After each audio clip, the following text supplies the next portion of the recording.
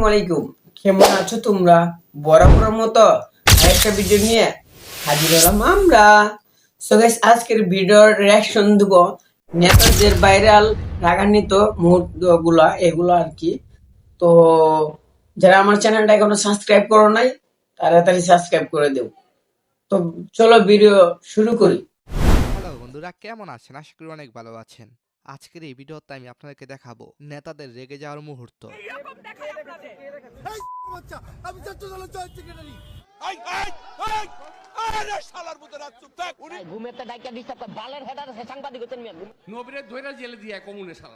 হ্যাঁ, বাংলাদেশে বর্তমানে রাজনীতি একটি ভাইরাল বিষয়, তাই পলিটিক্যাল ব্যক্তিদের বিভিন্ন কর্মকাণ্ড জনগণের সামনে আসে। একটা শব্দ বলবো না। বিশ্ববিদ্যালয় প্রশাসন তারা তামাশা করেন। তো আজকের ভিডিওতে আপনি আপনার পছন্দের এবং অপছন্দের দুইজন নেতার নাম বলবেন। তো বেশি কথা নয়, চলুন শুরু করা যাক। গুন্ডা আনতে চাইলে গুন্ডা আনা যায়, অসুবিধা হয় না। এটাই কি বিএনপি থেকে বহিষ্কার করার কারণ ছিল রুমিন ফারহানাকে, নাকি অন্য কোনো কারণ? 10টা হুন্ডা 20টা গুন্ডা, নির্বাচন ঠান্ডা। এটি ছিল 5 আগস্টের পর রুমিন ফারহানার প্রথম রাগান্বিত সিন। কি গরম রবিন ফারহানা। রবিন ফারহানা আর তারেক জিয়া, আমি প্রথম ভাবছিলাম ওরা স্বামী স্ত্রী, কথা বলে, তো পরে শুনলাম না, ওটা হলো আর কি। আর এখনো রবিন ফারহানার বিয়ে হয়নি, যার বিয়ে ফলে করে তিনি নাই। বহিষ্কৃত হয়ে এমপি হলেন। কি ডায়লগ দিতেছে রে ভাই। রুমিন ফারহানা আপু, আপনি হ্যাঁ, উনার মার্কা ছিল হাঁস, উনি বিজয় হয়েছে। ক্ষমতা গেলে রুমিন ফারহানা আপু জয় হয়েছে, সরি বিজয়। ও মাই, স্বামী সাথে। তো এখন কি সেটা হতে যাচ্ছে রুমিন ফারহানা আপু? এরপর হচ্ছে ছাত্রদল নেতা আবিদের রাগান্বিত মুহূর্ত। আপনারা তামাশা করেন। এই ছেলেটার চিনলাম না তো, কোন বলে? আজকে থাকার কথা ছিল কবরে, আছি এখানে। হ্যাঁ, এই কথাগুলো তিনি ডাকসু নির্বাচনে না, বলেছেন, মিলি কি ডাকসুর প্রশাসনের উপর রাগান্বিত হয়ে।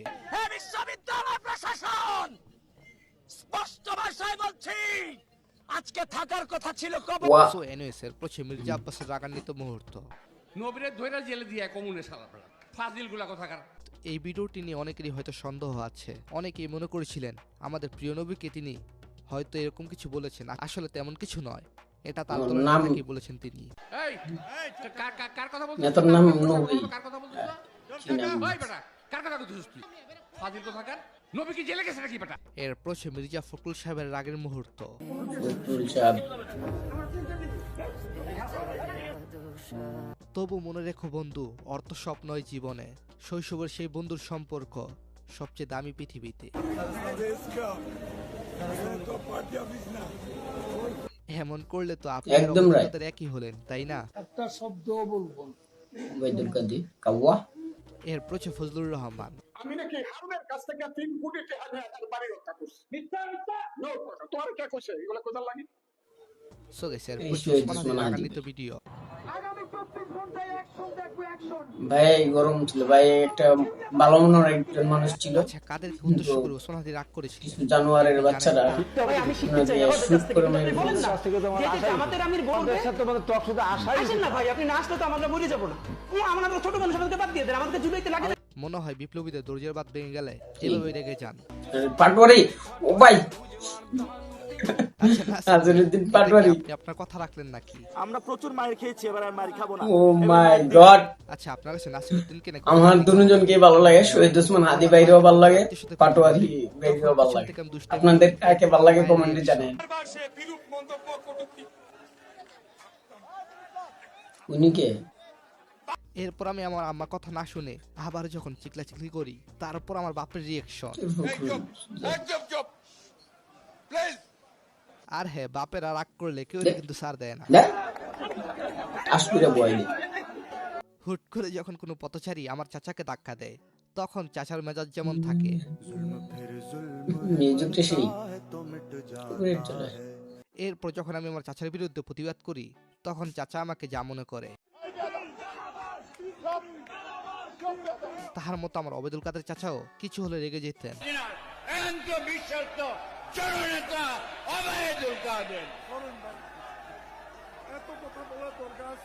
এই কারণে আমি আমার চাচাদের সামনে যেতে ভয় পাই, কখন আবার থাপ্পড় মারে কে জানে। এরপর আমরা আরেক সাসায় জায়গা ও বেজায়গা আওয়ামী লীগের নেতা তো এগুলোর মন নাই, কিন্তু এগুলোর ভিডিওর ক্লিপটা অনেক ভিডিওতে ইউজ করা হয়েছে আর কি। এই যে এই ডায়লগের ও আব্দুল যার হাই নাম আব্দুল হাই, তিনি মুন্সি বিএনপির সাবেক আমি আওয়ামী লীগ ভাবছিলাম।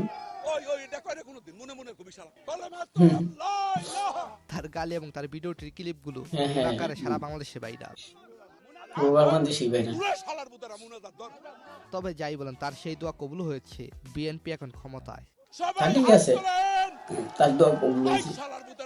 ও হাসনাত এদিকে আব্দুল্লাহ হাসান আব্দুল্লাহ রাস্তার কাজ দেখতে গিয়ে ঠিকাদার ভিডিওটা দেখছি কালকে, আগামীকাল। পকেট থেকে দেবে, সরকারের পকেট থেকে না আপনার পকেট থেকে? বলেন, আপনি বলেন ক্লোজিং করে দিবেন, আপনাদের ক্ষমতা এতটুকুই। এখন এটার ক্ষতিপূরণ দিবে কে? এরপর নির্বাচিত হয়ে তিনি আবার তার কর্মীর উপর রাগ দেখায়।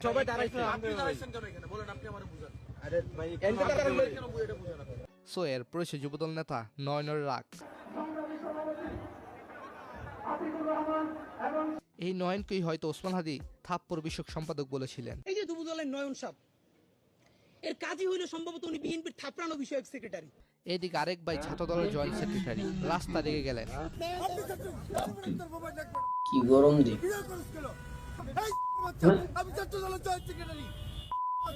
মূলত এই ছাত্র দলের ভাই অটোরিক্সা নিয়ে ফ্লাইওভারে উঠছিল। এক সাংবাদিক তাকে এইটা নিয়ে প্রশ্ন এই করে। কারণে জোর করে সবকিছু করতো।